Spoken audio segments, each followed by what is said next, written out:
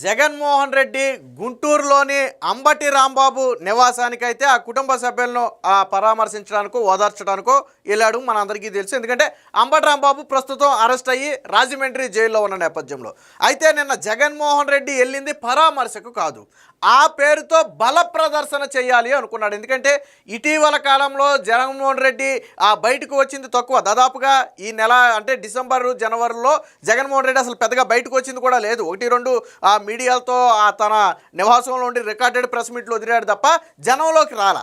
So ఇదొక ఛాన్స్గా దొరికింది. జగన్మోహన్ రెడ్డి ఎలా బయటికి రావాలా అనుకుంటున్న సమయంలో అంబటి రాంబాబు ఇష్యూ ఒక ఛాన్స్గా దొరికింది. దాన్ని బల ప్రదర్శనగా మార్చాలని చేసినటువంటి ప్రయత్నాలన్నీ కూడా విఫలమయ్యి నిన్న జగన్మోహన్ రెడ్డి పరామర్శ యాత్ర అనేది అటర్ ఫ్లాప్గా నిలిచింది. వాస్తవానికి నిజంగా పరామర్శో లేకపోతే ధైర్యం చెప్పడానికో ఎల్లుంటే దాన్ని ఫ్లాప్ అనో సక్సెస్ అనో మనం చెప్పేవాళ్ళం కాదు. ఎందుకంటే సరే ఆ నాయకుడు కుటుంబాన్ని ఆయన పరామర్శించుకోవచ్చు, మనం తప్పని మనం అట్లా.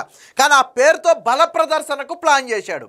పోలీసులు పర్మిషన్ లేదని చెప్పినా కానీ దాదాపుగా 4 జిల్లాల నుంచి కార్యకర్తలను తరలించి, ఎందుకంటే నిన్న వాహనాల నెంబర్ ప్లేట్లు చూస్తే అర్థమైపోయింది, దాదాపుగా 4-5 జిల్లాల నుంచి ఆ లారీల మీద మహిళలు తరలించారు. నా వీడియోలు ఉన్నాయి, నేను చూపిస్తాను. మహిళల్ని లారీల మీద తరలించారు, స్వచ్ఛందంగా రావడం కాదు, తరలించారు. మరో పక్క అంటే జగన్మోహన్ రెడ్డి ఎంత క్రౌడ్ సృష్టించాలనుకున్నా వాళ్ళు అనుకున్న స్థాయిలో జనం రాకపోవడంతో జగన్మోహన్ రెడ్డి కూడా కొద్దిగా అసంతృప్తి చెందాడని తెలిసింది. వాస్తవానికి జగన్మోహన్ రెడ్డి ఇంటి వద్ద నిన్న బయలుదేరటమే లేటుగా బయలుదేరాడు. ఎందుకని లేటుగా బయలుదేరాడు జగన్మోహన్ రెడ్డి అంటే అనుకున్న క్రౌడ్ రీచ్ అవ్వాల. సో సమయానికి రీచ్ అవ్వలేదు కాబట్టి జగన్మోహన్ రెడ్డి అనుకున్న సమయానికంటే గంట ఆలస్యంగా అక్కడ నుంచి బయలుదేరాడు. వాస్తవానికి అరగంటలో అయిపోవాల్సినటువంటి, అంటే అరగంట వెళ్ళడానికి అరగంట రావడానికి, మొత్తం గంటలో అయిపోవాల్సినటువంటి ఈ మొత్తాన్ని కూడా దాదాపుగా 7 గంటలు 8 గంటలు చేశాడు. ట్విస్ట్ ఏంటో తెలుసా? అంబటి రాంబాబు ఇంట్లో జగన్మోహన్ రెడ్డి ఉన్నది 25 నిమిషాలు సుమారు మాత్రమే. అంటే కేవలం 25 నిమిషాలు, 20 నుంచి 25 నిమిషాలు మాత్రమే అంబటి రాంబాబు ఇంట్లో ఉన్న జగన్మోహన్ రెడ్డి బయట ప్రెస్ మీట్లో పట్టికి గంటకు పైగా ఉన్నాడు.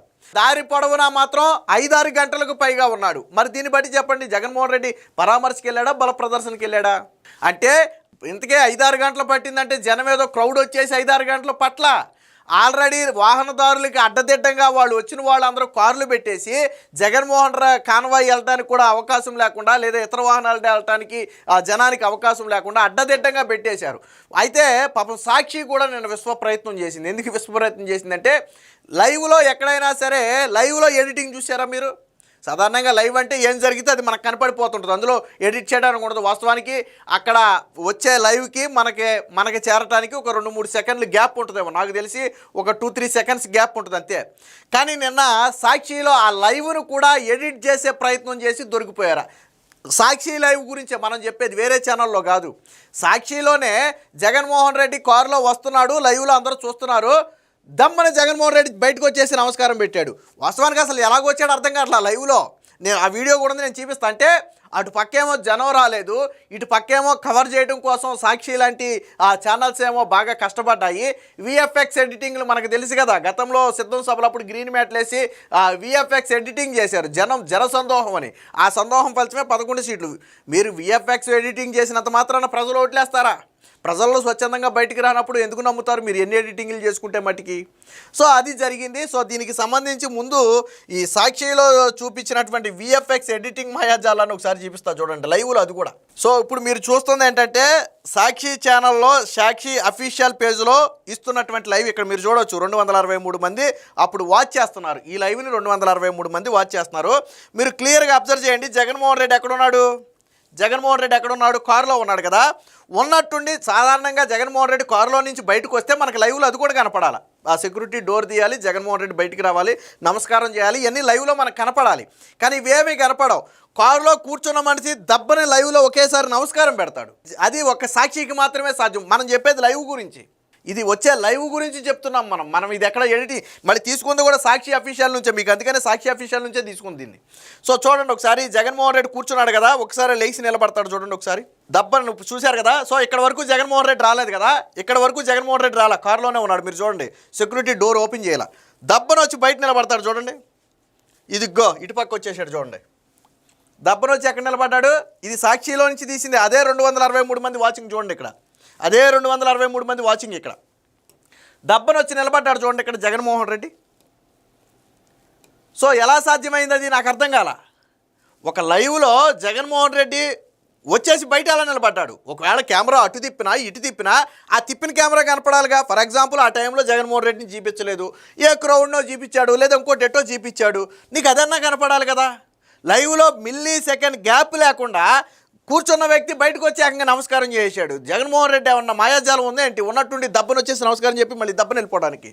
సో నేను సాక్షి చేసిన ప్రయోగం అన్నమాట ఇది. సో ఇక్కడ దొరికేశారు.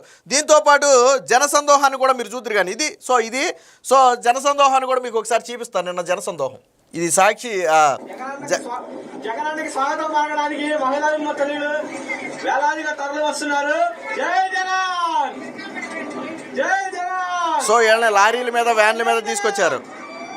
వీళ్ళు ఎవరో కూడా జై జగన్ అని ఎందుకు అంటలేదంటే వాళ్ళు కార్యకర్తలు కాదు, వివిధ ప్రాంతాల నుంచి వైసీపీ నాయకులు తరలించారు. సరే వాళ్ళకి 500 ఇచ్చారా, 300 ఇచ్చారా, లేదా ఇంకేదన్నా ఇచ్చారా అని పక్కన పెడితే పాపం వాళ్ళంతా ఏ కూలి పనులకో వెళ్ళేవాళ్ళు. వాళ్ళ చేతులకి జెండాలు ఇచ్చేసి జగన్మోహన్ రెడ్డి సభకు నిన్న తరలించే ప్రయత్నం చేశారు. సో అందుకని వాళ్ళు మాట్లాడలే. సో ఆటోలును వ్యాన్లు దిగి వస్తున్నారు. సో ఇక్కడ చూడొచ్చు చిన్న చిన్న పిల్లలను కూడా తీసుకొచ్చారు, చదువుకునే పిల్లల్ని. ఇంకోటి కూడా చూపిస్తా చూడండి. ఇదేనండి, ఇది నేను చెప్పిన వాయిస్ కాదు, డైరెక్ట్ ఆ వీడియో తీసిన అతనే మాట్లాడాడు. గుంటూరు అండి, అటు నుంచి విజయవాడ, ఇటు చెట్లూరుపేట రోడ్డు, గుంటూరు ఎంట్రన్స్ అన్నమాట. ఇది హైవే అందరికీ తెలిసిన. అంటే నిన్న జగన్మోహన్ రెడ్డి వచ్చేదే గుంటూరుకి. సో ఏ ప్రాంతానికి వస్తున్నాడో ఆ ప్రాంతంలోనే తీసిన వీడియో ఇది. అదిగోండి ఎదురుగా ఎంఆర్ఎఫ్ షోరూమ్. జగన్మోహన్ రెడ్డి గారికి వెల్కమ్ చెప్పడానికి లక్షల సంఖ్యలో ఇక్కడ చూశారు కదా. ఇది సాక్షిలో వేసుకుంటాడు ఈ లక్షల సంఖ్యని. అంటే జగన్మోహన్ రెడ్డి వచ్చే గుంటూరు మెయిన్ సెంటర్ వద్దే తిప్పి కొడితే 20 మంది లేరు. ఇది జగన్మోహన్ రెడ్డికి వచ్చినటువంటి జనసందోహంలో ఒక భాగం. అంటే సరే తర్వాత అసలు రాలేదంటే సరే మొత్తానికి ఎట్టో జగన్మోహన్ రెడ్డి అంబటి రాంబాబు ఇంటికి వెళ్ళి బయటకు వచ్చే సమయానికి చేర్చగలిగారు. విషయం ఏంటంటే పాపం జగన్మోహన్ రెడ్డి వెళ్ళేటప్పటికి రాలేదు, కానీ వెనక్కి తిరిగి వచ్చేటప్పటికి మాత్రం కొద్దిగా ఎలాగో చేర్చగలిగారు. మరి వేరు దూర ప్రాంతాల నుంచి జనాన్ని తరలించాలంటే కొద్దిగా సమయం పడద్దు. అందులో జగన్మోహన్ రెడ్డి బేసిక్గా ఎలాంటి యాత్ర ఎప్పుడంటే జగన్మోహన్ రెడ్డి మధ్యాహ్నం నుంచి పెట్టుకుంటే తరలించడానికి ఈజీగా ఉంటుంది.